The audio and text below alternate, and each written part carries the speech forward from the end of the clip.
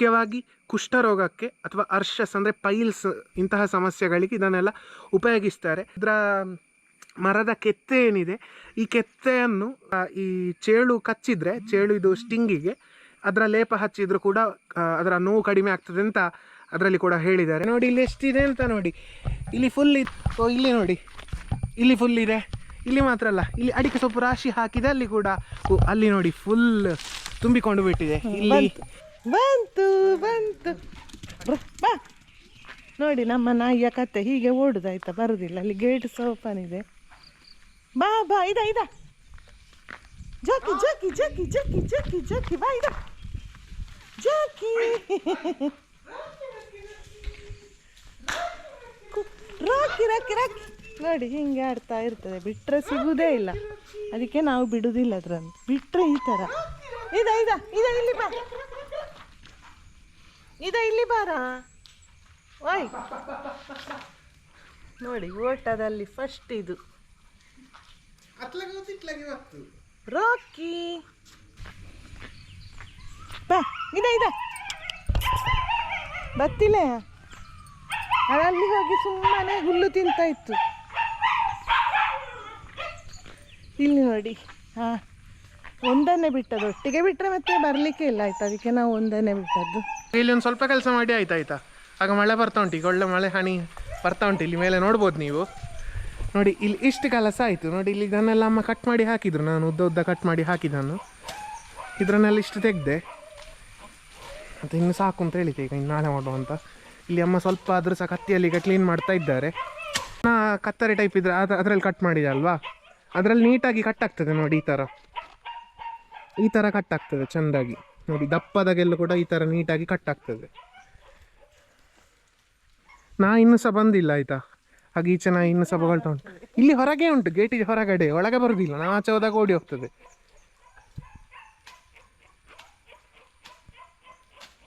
ಮಳೆಯ ಜೊತೆ ಈಗ ನಮ್ಮ ಕೆಲಸ ಫುಲ್ ಒದ್ದೆ ಆಗ್ತಿದೆ ನೋಡಿ. ಮಳೆ ಹೇಗೆ ಬರ್ತಾ ಉಂಟು. ಮೊನ್ನೆ ನಾವು ಸುಡುಮಣ್ಣಿಗೆ ಅಂತ ಬೆಂಕಿ ಹಾಕಿದ್ದೆಲ್ಲ ಉರಿಲಿಲ್ಲ ಆಯಿತಾ ಸರಿಯಾಗಿ. ಮಳೆ ಬಂತು ಅವಾಗ ಸ್ವಲ್ಪ ಹೊತ್ತಲ್ಲಿ. ಹಾಗೆ ಇವಾಗ ನಾನು ಇಲ್ಲೆಲ್ಲ ಒಣಗಿದ ಮಡಲು, ಇಲ್ಲೆಲ್ಲ ನೋಡಿ ಕಡಿದು ಹಾಕಿದ ಮರ ಎಲ್ಲ ಹೀಗಿರುವುದೆಲ್ಲ ಉಂಟು. ಕುಂಬನೆಲ್ಲ ಸ್ವಲ್ಪ ಕೊಂಡೋಗಿ ಹಾಕ್ತಾ ಇದ್ದೇನೆ. ಇದೆಲ್ಲ ಇಲ್ಲಿದ್ದರೆ ಇಲ್ಲಿ ಬಂದರೆ ಕಷ್ಟ ಆಗ್ತದೆ ಆಮೇಲೆ ತೆಗಲಿಕ್ಕೆ. ಇಲ್ಲಿ ಡ್ರಿಪ್ಪಿನ ಪೈಪ್ ಸುನ್ಲಿಕ್ಕಿದೆ.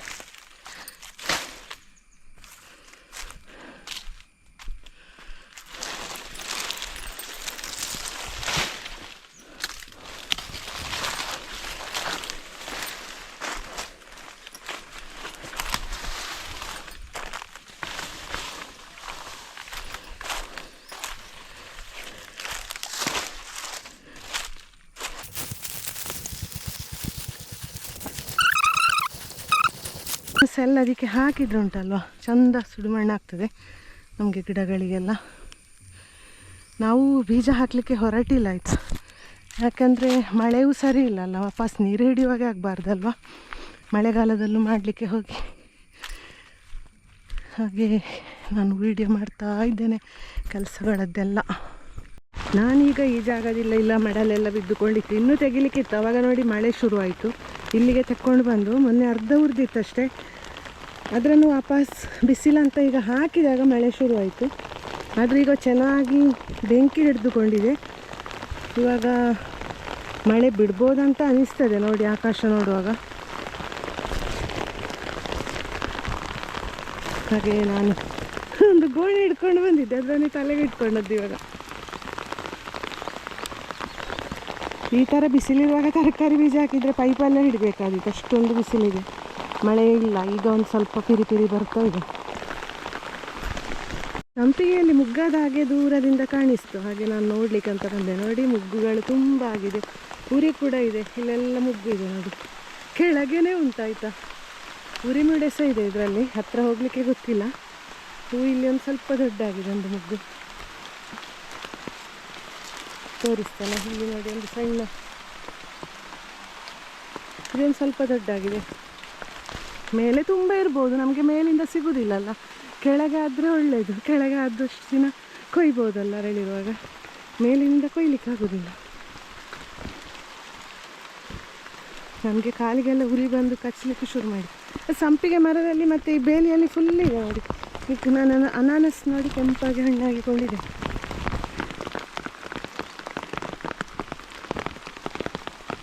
ಒಳಗಿನ ಸೈಡು ನನಗೆ ಇದು ಅಂತ ಬೇಲಿಯನ್ನು ವಾಪಸ್ ಕಡ್ದು ಆಗಬೇಕಷ್ಟೇ ನೋಡಿ, ಹಾಗೆ ಉಂಟು. ಇಲ್ಲೆಲ್ಲ ಕಡ್ದಿದೆ, ಇಲ್ಲಿ ಅಷ್ಟೊಂದು ಬಂದಲಿಲ್ಲ. ಈ ಸೈಡಲ್ಲಿ ತುಂಬ ಬರ್ತದೆ ಆಯಿತಾ ಗಿಡಗಳು. ಟಾಂಕಿಗೆ ನೀರನ್ನು ಮಾಡಿದ್ದೆ ಆಯಿತಾ. ಟಾಂಕಿಗೆ ನೀರು ಫುಲ್ ಮಾಡುವಾಗ ಅಲ್ಲಿ ಪೈಪ್ ಕಟ್ಟಾಯಿತು. ಆಗ ಅದನ್ನು ರಿಪೇರಿ ಮಾಡಿದ್ವಿ. ಕಟ್ಟದಲ್ಲ, ಅದು ಗಮ್ ಬಿಟ್ಟದ್ದು ಅಂತ ಅಂದ್ಕೊಂಡು ಅಲ್ಲಿ ಗಮ್ ಸಿಕ್ಕಿಸಿ ಎಲ್ಲ ಆಯಿತು. ವಾಪಸ್ ಪಂಪರ ನಡ್ತಾ ಇನ್ನೊಂದು ಕೊಡೆಯಲ್ಲಿ ಹೊಟ್ಟೆ ಹಾಕಿಕೊಂಡು ಉಂಟು. ಹಾಗೆ ಈಗ ಅದನ್ನು ವಾಪಸ್ ರಿಪೇರಿ ಮಾಡ್ಲಿಕ್ಕೆ ಅಂತ ಹೊರಟದೆ. ಹಾಗೆ ಪತ್ರ ಕೊಡ್ತಾ ಉಂಟು ಒಂದಲ್ಲ ಒಂದು. ಹಾಗೆ ಆ ಕೆಲಸ ಮಾಡಬೇಕು. ಈಗ ಪೈಪನ್ನೊಮ್ಮೆ ವಾಶ್ ಮಾಡಬೇಕು. ಅದಕ್ಕೆ ಒಂದು ಸ್ವಲ್ಪ ಪಾಟೆಯಲ್ಲಿ ಈಗ ನೀರು ತಗೊಂಡು ಹೋಗೋದು. ನಾವು ಎಂಥದೋ ಒಂದು ಪ್ಲಾನ್ ಮಾಡಿ ಒಂದು ಕೆಲಸಕ್ಕಂತ ಹೊರಟೋದಾಯ್ತು. ಹೊರಟಾಗ ಏನಾದರೂ ಒಂದು ಸಮಸ್ಯೆ ಕೊಟ್ಟೇ ಕೊಡ್ತದೆ. ಈ ಥರ ಸಮಸ್ಯೆ ಕೊಟ್ಟ ನಮ್ಮ ಕೆಲಸ ಎಲ್ಲ ಅರ್ಧದಲ್ಲಿ ಭಾಗಿಯಾಗಿ ಹೀಗೆ ಏನಾದರೂ ಆಗೋದಾಯ್ತಾ. ಯಾವಾಗ ನೋಡಿದ್ರು ಇದೇ ಆಯಿತು. ಅಂತಂದರೆ ನೀರು ಹಾಕ್ಲಿಕ್ಕೆ ಅಂತ ರನ್ ಮಾಡಿದಾಗ ಒಂದು ಕಡೆ ಹಾಳಾಯಿತು. ಅದನ್ನು ಹಾಳಾದದನ್ನೆಲ್ಲ ಪೈಪ್ ರಿಪೇರಿ ಮಾಡಿ ಆದಾಗ ಮತ್ತೆ ವಾಪಸ್ ಪಂಪ್ ರನ್ ಮಾಡಿದಾಗ ಪುನಃ ಹಾಳಾಯಿತು. ಹಾಗೆ ಅದನ್ನು ರಿಪೇರಿ ಮಾಡುವ ಕೆಲಸದಲ್ಲಿ ನಾವೀಗ ಇದ್ದೇವೆ ನೋಡಿ. ಈಗ ಅಮ್ಮನೆ ಮಾಡ್ತಾ ಇದ್ದಾರೆ. ಈ ಹೊಂಡ ಇದು ಅಮ್ಮನೆ ತೆಗ್ದದಾಯ್ತಾ. ಇಲ್ಲಿಗ ತೆಗ್ದು ಇದನ್ನು ಕಟ್ ಮಾಡ್ತಾ ಇದ್ದಾರೆ ನೋಡಿ. ಈ ಜಾಗಕ್ಕೆ ತಾಗಿಕೊಂಡು ಉಂಟು ನೋಡಿ. ಅದು ಸೈಡಿಗೆಲ್ಲ ಅವತ್ತು ಕಲ್ಲಿಟ್ಟಿತ್ತು ಎಂಥದ್ದು ಆಗಿ ಅದು ಪ್ರೆಷರ್ ಬಿದ್ದಲ್ಲಿ ಹೊಟ್ಟೆವಾಗಿದ್ದ ಕಾಣ್ತದೆ. ತುಂಬ ಬರ್ತಿರುವಾಗ ಎಲ್ಲಿ ಹಾಳಾದದ್ದು ಅಂತ ಗೊತ್ತಾಗಲಿಲ್ಲ. ನಾವು ಫಸ್ಟ್ ಆಗಿ ಇದು ಬಿಟ್ಟಿತ್ತು ಆಯ್ತಾ, ಇದು ರಟ್ಟಿ ಹೋಗಿತ್ತು. ಆಗ ಇಲ್ಲಿಗೆ ಗಮ್ಮ ಹಾಕಿ ಬಿಟ್ಟಿದ್ವಿ. ಮತ್ತೆ ವಾಪಸ್ ರನ್ ಮಾಡಿದಾಗ ಇಲ್ಲಿಂದ ನೀರು ಹೊರಗೆ ಬರ್ತಾ ಉಂಟು.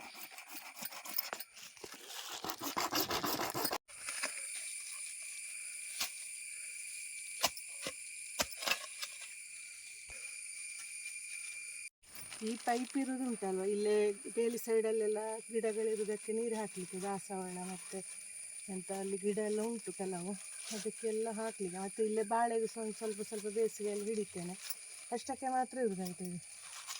ಮತ್ತು ಈಗ ನೋಡಿ ನಮಗೆ ಅದರಲ್ಲಿ ಮದ್ದು ಬಿಡಲಿಕ್ಕೆ ಎಲ್ಲ ನೀರು ತಗೊಳ್ಳಿಕ್ಕೆ ಆಗ್ತದೆ. ಆ ಸೈಡಿಗೆ ಪೈಪ್ ಉದ್ದ ಉಂಟಲ್ವ, ಅದನ್ನು ಹಾಕಿಕೊಂಡು ಆಗ ಅದನ್ನು ಕ್ಲೀನ್ ಮಾಡಲಿಕ್ಕೆ ಇಟ್ಟದ್ದು. ಈಗ ಕ್ಲೀನ್ ಮಾಡಿದ್ದು ಮಾಡ್ತಾ ಇರೋದು. ಈಗ ಆಚೆ ಪೈಪಲ್ಲಿ ಒಣಗ್ಲಿಕ್ಕೆ ಇಟ್ಟದ್ದು. ಆಗ ಅದು ಡ್ರೈ ಆಗ್ತಾ ಇದ್ದಂಗೆ ಅದಕ್ಕೆ ಈಗ ನೋಡಿ ಗಮ್ ಹಾಕ್ತಾ ಇದ್ದಾರೆ ಇಲ್ಲಿ ಅಮ್ಮ. ಕಪ್ಲಿಂಗ್ ಅನ್ನ ಕೈಲೇ ಇದ್ದು ನೋಡಿ. ಇಲ್ಲಿ ಎರಡೆರಡು ತಂದಿದ್ದೇನೆ, ಬೇಕಿದ್ರೆ ಯಾವ್ದು ಹಾಕ್ಬೋದು ಅಂತ ಕೇಳಿ. ಒಂದು ಸ್ವಲ್ಪ ಉದ್ದ ಇದ್ದಾಕೊಂಡಿತ್ತು. ಇದನ್ನು ಹಾಕುವ ಅಂತ ಇದ್ದೇನೆ ನಾನೀಗ. ಇದನ್ನು ಗಮ್ಮೆಲ್ಲ ಹಾಕಿ ಆಯಿತು. ಇದು ಕಪ್ಲಿಂಗ್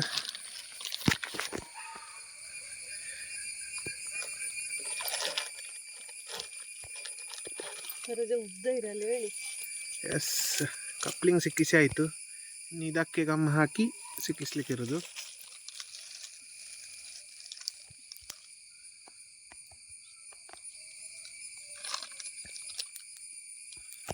ಎರಡು ಸೈಡು ಗಮ್ ಹಾಕಿದ ತಕ್ಷಣ ಇದೆರಡರನ್ನು ಹೀಗಿಟ್ಟು ಒತ್ತಿ ಬಿಡೋದು. ಹಾಗಾದ್ರೆ ನಮ್ಮದು ಪೈಪ್ ರಿಪೇರಿ ಮಾಡುವ ಕೆಲಸ ಆಯಿತು. ಅನಿರೀಕ್ಷಿತವಾಗಿ ಒಂದು ಪೈಪ್ ರಿಪೇರಿ ಮಾಡುವಂಥ ಕೆಲಸ ಆಯ್ತಾ. ನಾವು ಬಂದ ಕೆಲಸ ಈಗ ಮಾಡಲಿಕ್ಕೆ ಬೇಜಾರಾಯಿತು. ಇನ್ನೀಗ ಮನೆಯೊಳಗೆ ಹೋಗುದು. ಒಂದು ಪೈಪ್ ಗೊತ್ತಿ ಇಲ್ಲಿ ಸ್ವಲ್ಪ ಕೆಲಸ ಇತ್ತು ನೀರೆಲ್ಲ ಹಿಡಿದು ಮಾಡುವಂತ. ಯಾಕಂದರೆ ಮಳೆ ಇಲ್ಲ ನೋಡಿ, ಮಳೆಗಾಲ ಅಂತ ಹೆಸರಿಗೆ ಮಳೆಯೇ ಬರ್ತಿಲ್ಲ. ಹಾಗೆ ನಮ್ಮದು ತರಕಾರಿ ಇದ್ರ ಸಾಲಿದ ಸಹ ಕೆಲಸ ಬಾಕಿ ಉಂಟು. ಅದು ಇನ್ನು ಮಾಡಲಿಕ್ಕೆ ಶುರು ಮಾಡಬೇಕಷ್ಟೇ. ಅದರಿಂದ ಆದರೆ ನಮಗೆ ಇಬ್ಬರಿಂದಲೇ ಸಾಧ್ಯ ಇಲ್ಲ, ಕೆಲಸದವರು ಸಹ ಭರಿಸಬೇಕಷ್ಟೇ ಅದಕ್ಕೆ. ಹಾಗೆ ಒಂದೊಂದೇ ಕೆಲಸ ಎಲ್ಲ ಇನ್ನು ಆಗಬೇಕಷ್ಟೇ. ವೀಡಿಯೋ ಸಹ ನೋಡಿ ಈಗ 4 ದಿನದಿಂದ ಹಾಕ್ಲಿಕ್ಕೆ ಆಗಲಿಲ್ಲ, 3 ದಿನದಿಂದ. ಹಾಗಿರುವ ಕತೆ ಆಗಿದೆ ನಮ್ಮದು. ಪ್ರತಿ ಸಲ ತೋಟದ ಕೆಲಸ ಆಗಿರ್ಬೋದು, ಇನ್ನೇನಾದ್ರೂ ಕೆಲಸ ಆಗಿರ್ಬೋದು ಆಯ್ತಾ, ಏನಾದ್ರೂ ಒಂದು ಮಾಡ್ಲಿಕ್ಕೆ ಅಂತ ಹೊರಟಾಗ ಏನಾದ್ರೂ ಒಂದು ಅದಕ್ಕೆ ಅಡಚಣೆ ಬರುದು, ಕೆಲಸ ಆಗದಾಗೆ. ಹೌದು, ಇವತ್ತು ಆಯ್ತು ಅಂತ ಹೇಳುವಾಗ ನಾವು ಬಂದಿದ್ದೇವೆ ಕೆಲಸಕ್ಕೆ. ಆದ್ರೆ ಟಾಂಕಿಗೆ ಸಹ ನೀರು ತುಂಬಿಸ್ಲಿಕ್ಕೆ ಆಗ್ಲಿಲ್ಲ, ಅದು ಆಗ್ಲಿಲ್ಲ. ಹಾಗೆ ಈಗ ಪೈಪ್ ಸಿಕ್ಕಿಸಿ ಆಯ್ತು ಅಷ್ಟೇ. ಟಾಂಕಿಗೆ ಮೊನ್ನೆಯಿಂದಲೂ ನೀರು ಹಾಕ್ಲಿಕ್ಕೆ ಆಗುದಿಲ್ಲ. ಈ ಪೈಪ್ ಎಲ್ಲ ಹಾಳಾದ್ರೆ ಟಾಂಕಿಗೆ ನೀರೇ ಹಾಕ್ಲಿಕ್ಕೆ ಆಗುದಿಲ್ಲ. ಅವಾಗ ನೀರು ಮುಗಿಸ್ಲಿಕ್ಕೂ ಜಾಗೃತಿಯಲ್ಲಿ ಮುಗಿಸ್ಬೇಕಾಗ್ತದೆ. ಅಲ್ಲಿ ಟಾಂಕಿಯಲ್ಲಿ ಸ್ವಲ್ಪ ಇರುದಂತ. ಇವತ್ತು ಸಹ ಇನ್ನು ಹಾಕ್ಲಿಕ್ಕೆ ಗೊತ್ತಿಲ್ಲ. ಇವಾಗ ರೆಗ್ಯುಲರ್ ಆಗಿ ವಿಡಿಯೋ ಹಾಕ್ತಿದ್ವಿ ನೋಡಿ, ದಿನ ಬಿಟ್ಟು ದಿನ 2 ದಿನಕ್ಕೊಮ್ಮೆ ಅಂತ ವಿಡಿಯೋ ಬರ್ತಿತ್ತು. ಬಟ್ ಈಗ ವಿಡಿಯೋ ಮಾಡ್ಲಿಕ್ಕೆ ಆಗ್ಲಿಲ್ಲ. ಬಿಸಿಲು ಸಹ ಒಳ್ಳೆ ಉಂಟು ನೋಡಿ, ಹೇಗೆ ಬೀಳ್ತಾ ಉಂಟು ಇಲ್ಲಿ ಮುಖಕ್ಕೆ ಅಂತ. ಹಪ್ಪಳ ಮಾಡಿದ್ರೆ ಚಂದ ಒಣಗುವ, ಅಷ್ಟು ಚಂದ ಉಂಟು ಬಿಸಿಲು. ಓ ದೇವ, ಇಲ್ಲಿ ನೋಡಿ ನಮ್ಮ ಹಿಂದೆ ಉಂಟಲ್ಲ, ಇದು ಫುಲ್ ಶಮಿ ಸಸ್ಯ ಆಯ್ತಾ, ಫುಲ್ ತುಂಬಿಕೊಂಡು ಬಿಟ್ಟಿದೆ ಇಲ್ಲಿ. ಇದೆ ಇವಾಗ ಗಿಡ. ಯಾರಾದ್ರೂ ಕೇಳಿದ್ರೆ ಕೊಡ್ಬೋದು, ಅಷ್ಟು ಸಹ ಉಂಟು. ಅದ್ರನ್ನು ತೆಗಿಲಿಕ್ಕೆ ಸಹ ಮನಸ್ಸಾಗುದಿಲ್ಲ. ಎಲ್ಲ ಉಂಟು, ತುಂಬಾ ಗಿಡ ಇದೆ ಇಲ್ಲಿ ನೋಡಿ. ಸಣ್ಣ ಗಿಡ, ಸಣ್ಣ ಸಣ್ಣ ಗಿಡ ಸಹ ಉಂಟು, ಈ ತರ ದೊಡ್ಡ ಗಿಡ ಸಹ ಉಂಟು. ನೋಡಿ ಇಲ್ಲಿ ಒಂದು ಗಿಡ, ಅಲ್ಲಿ ಎಲ್ಲ ಪಿಟ್ಟ ಗಿಡಗಳು ನೋಡಿ. ಇಲ್ಲಿ ಈಗ ನಾನು ಅದ್ರನ್ನು ತೆಗಿಯೋದೇ ಉಂಟಲ್ವಾ, ಇಲ್ಲೆಲ್ಲ ತುಂಬಿಕೊಂಡಿದೆ. ಮಗ ಹೇಳಿದಾನೆ ಇಲ್ಲಿ ಕಷ್ಟ ಆಗ್ತದೆ, ಟಾಂಕಿ ದಾರಿಗೆ ಕಷ್ಟ ಆಗ್ತದೆ, ಕಡ್ದು ತೆಗಿಬೇಕು ಅಂತ ಹೇಳಿ ನಾನು. ಸುಮಾರು ಉಂಟು ಇಲ್ಲಿ ಈ ಕಡೆ ಕಟ್ಟಿಟ್ಟದ್ದು. ಇಲ್ಲಿ ಒಂದು ಸ್ವಲ್ಪ ಬರುವಾಗ ಇಲ್ಲಿ ದಾರಿಗೆ ಅಡ್ಡ ಇತ್ತಾಯ್ತು ಇಷ್ಟು ಜಾಗಕ್ಕೆ, ಅದಕ್ಕೆ ಇಲ್ಲಿ ಈ ತರ ಬಳ್ಳಿ ಕಟ್ಟಿಟ್ಟದ್ದು ಬರದಾಗಿರ್ಲಿ ಅಂತ. ನೋಡಿ ಇಲ್ಲಿ ಫುಲ್ ಹಾಗಾಗಿ ಶಮಿ ಗಿಡಗಳು ತುಂಬಿಬಿಟ್ಟಿವೆ. ಹಾಗೆ ಅದನ್ನು ಅದೇ ಒಂದು ಅಡ್ಡ ಎಲ್ಲ ಆಗ್ತದೆ ಅಂತ ನಾನು ಇದನ್ನು ನೀವು ಇಲ್ಲಿ ಕಟ್ಟಿಡ್ಲಿಕ್ಕೆ ಹೇಳಿದ್ದು. ಅಲ್ಲಿ ಒಂದು ನೋಡಿ ಎತ್ತರಕ್ಕಷ್ಟು ಎತ್ತರಕ್ಕೆ ಹೋಗಿದೆ ಅದು. ಫುಲ್ ಚಂದ ಖುಷಿ ಆಗ್ತದೆ ಮಾತ್ರ ನೋಡುವಾಗ. ಹಾಗೆ ಇಲ್ಲಿ ಅಮ್ಮ ಬಂದಿರುವಾಗ ನೋಡಿ ಈ ಥರ ಬಂದಿರುವಂಥ ಇದನ್ನೆಲ್ಲ ತೆಗಿತಾರೆ ಈ ಗೇಟ್ ವಾಲ್ ಹತ್ರ ಎಲ್ಲ. ಇಲ್ಲೆಲ್ಲ ಹುಲ್ಲು ತುಂಬಿಕೊಂಡು ಬಿಟ್ಟರೆ ಗೇಟ್ ವಾಲ್ ಮುಚ್ಚಿ ಹೋಗ್ತದೆ. ಹಾಗಾಗಿ ಅದನ್ನೆಲ್ಲ ಪ್ರತಿ ಸಲ ಬಂದಿರುವಾಗ ಈ ಕಡೆ ತೆಗ್ದಿಡಬೇಕಾಗ್ತದೆ. ನೋಡಿ ಫುಲ್ ಶಮಿ ಸಸಿ ನಮ್ಮ ತೋಟ ಇಲ್ಲಿ ಫುಲ್ ಹಿಂದೆ ಮನೆ ಹಿಂದ್ಗಡೆ ಎಲ್ಲಿ ನೋಡಿದ್ರು ಶಮಿ ಸಸಿ ಅಂತಾಗಿ ಬಿಟ್ಟಿದೆ. ಫುಲ್ ಶಮಿ ಗಿಡಗಳು ನೋಡಿ. ಇಲ್ಲಿದೆ ನೋಡಿ ಶಮಿ ಸಸಿ ನನ್ನ ಕೈಯಲ್ಲಿ. ಆಯುರ್ವೇದದಲ್ಲಿ ಇದನ್ನು ಶಮಿ ಅಂತವೇ ಹೇಳೋದು. ಅದರಲ್ಲಿ ಶ್ಲೋಕದಲ್ಲಿ ಹೇಗೆ ಹೇಳಿದ್ದಾರೆ ಅಂದರೆ ಶಮಿಹಿತಿಕ್ತ ಕಟು ಅನುಷ್ಣ ಕಷಾಯ ರೋಚನಃ ಲಘು ಅಂತ ಹೇಳಿದ್ದಾರೆ ಆಯಿತಾ. ಕಟು ಅನುಷ್ಣ ಪೂರ್ತಿ ಉಷ್ಣ ಅಂತಲ್ಲ, ಅನುಷ್ಣ ಅಂದರೆ ಶೀತ ಉಷ್ಣ ಇದೆರಡರ ಮಧ್ಯೆ ಬರ್ತದೆ. ಅಷ್ಟಲ್ಲದೆ ನಿಹಂತಿ ಕಫ ಕುಷ್ಠ ರೋಗಕ್ಕೆ ಇದನ್ನು ಹೇಳಿದ್ದಾರೆ. ಕೆಲವು ಔಷಧಿಗಳಲ್ಲಿ ಬರ್ತದೆ ಇದು ಒನ್ ಆಫ್ ದ ಇಂಗ್ರೀಡಿಯೆಂಟ್ಸ್ ಆಗಿ. ಅಷ್ಟಲ್ಲದೆ ಶ್ವಾಸ ಕಾಸ ಭ್ರಮ ಕ್ರಿಮಿ ರೋಗ ಇಂಥದಕ್ಕೆಲ್ಲ ಈ ಶಮಿ ಗಿಡವನ್ನು ಹೇಳಿದ್ದಾರೆ. ನೋಡಿ ಯಾವ ಥರ ಇರ್ತದೆ ಅಂತ ನಾನು ಇಲ್ಲಿ ತೋರಿಸಿದ್ದೇನೆ. ಹಾಗೆ ಇದರ ಫಲದ ಬಗ್ಗೆ ಕೂಡ ಹೇಳಿದ್ದಾರೆ. ನಾವು ಇಲ್ಲಿ ಫಲ ಆದದ್ದು ನೋಡಲಿಲ್ಲ ಈ ಗಿಡದಲ್ಲಿ. ಅದು ಫಲವನ್ನು ಗುರು ಸ್ವಾದು ರೂಕ್ಷೋಷ್ಣ ಕಷಾಯ ರೋಚನಿ ಅಂತ ಸಹ ಹೇಳಿದ್ದಾರೆ. ಅದನ್ನು ನೋಡಿ ಹೇಗಿದೆ ಅಂತ.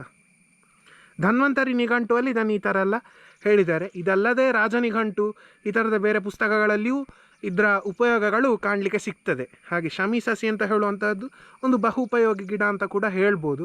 ಇದಿಷ್ಟಲ್ಲದೆ ಸಾಮಾನ್ಯವಾಗಿ ಈ ಪೂಜೆಗಳಲ್ಲೆಲ್ಲ ಅಥವಾ ಈ ಮನೆ ಮಕ್ಕಳಲ್ಲಿ ವಾಸ್ತು ಹೋಮಕ್ಕಾಗಿರ್ಬೋದು ಅಥವಾ ಇನ್ನು ಬೇರೆ ಕೆಲವೊಂದು ಪೂಜೆಗಳು ಅಥವಾ ಹೋಮಗಳು ಇಂಥದ್ರಲ್ಲೆಲ್ಲ ಇದರ ಸಮಿತನ್ನು ಉಪಯೋಗಿಸ್ತಾರೆ. ಮುಖ್ಯವಾಗಿ ಕುಷ್ಠರೋಗಕ್ಕೆ ಅಥವಾ ಅರ್ಷಸ್ ಅಂದರೆ ಪೈಲ್ಸ್ ಇಂತಹ ಸಮಸ್ಯೆಗಳಿಗೆ ಇದನ್ನೆಲ್ಲ ಉಪಯೋಗಿಸ್ತಾರೆ.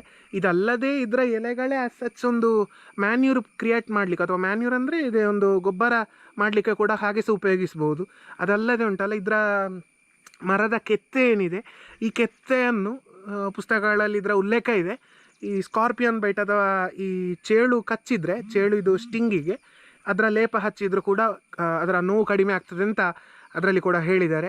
ಅದಲ್ಲದೆ ಈ ಗಿಡದ ಏನಿದೆ ಇದರ ಕಷಾಯ ಮಾಡಿ ಆ ಕಷಾಯದಿಂದ ಸ್ನಾನ ಮಾಡಿಸೋದು. ಅದೇ ಮೇನ್ಲಿ ಕುಷ್ಠರೋಗಕ್ಕೆ ಅಥವಾ ಮಕ್ಕಳಲ್ಲೆಲ್ಲ ಈ ಚರ್ಮದಲ್ಲಿ ಬೀಳುವಂಥ ಸಮಸ್ಯೆಗಳಿಗೆ ಕೂಡ ಅದರ ಕಷಾಯದಲ್ಲಿ ಸ್ನಾನ ಮಾಡಿಸಬೇಕು ಅಂತ ಉಲ್ಲೇಖ ಕೂಡ ಇದೆ.